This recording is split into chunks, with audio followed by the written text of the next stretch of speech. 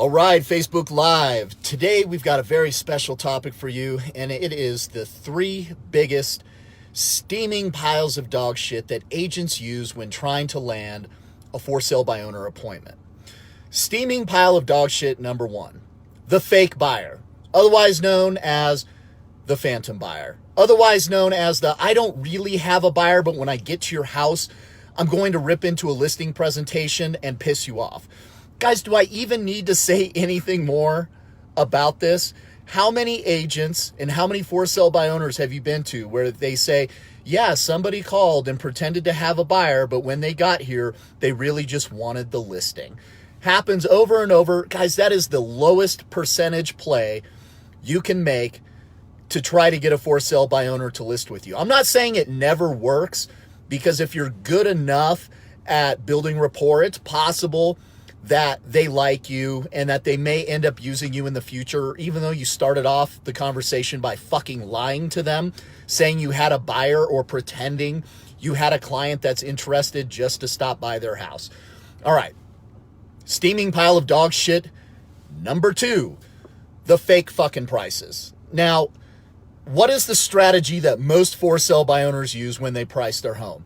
Pretty fucking simple formula. I mean, I see it almost every day.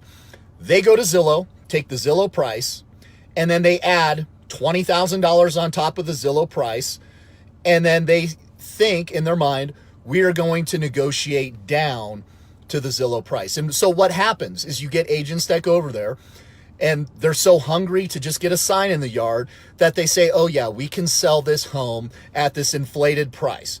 So as an agent, how do you combat the agent who's going to lie about these make-believe fairy tale fucking prices that haven't happened anywhere in the neighborhood? Well, you have to, and I'm not saying this is easy, and I'm not saying it's actually too often successful, because it is hard to prove to a buyer and get them to agree, a seller, and get them to agree with you that their price is overinflated and that they're not going to get what they're going to get. But you have to lay out the hard data in front of them. And you have to make it, this is important, you have to make it their decision that the information that you're sharing with them is correct and that they need to adjust the price of their home in order to get it sold. So you get the agent who comes in as like, oh yeah, even though a home in this shit condition has never sold for as much or $20,000 more than this other home that was in great condition, we can still sell it at this price. We're confident we can do it. You have to show them the data, and you have to say, hey, even if someone was to come in with cash, or even if somebody was going to come in with some sort of loan finance option, we couldn't even get an appraisal at this price. And cash buyers usually what? They kind of want a discount because they're paying cash. Are they going to pay an overinflated price for their home? A lot of for sale by owners are still going to say, well, we just want to see if we can get our price. Now, that may be an unmotivated for sale by owner. That's a completely different video. Let's move on to steaming pile of dog shit number 3.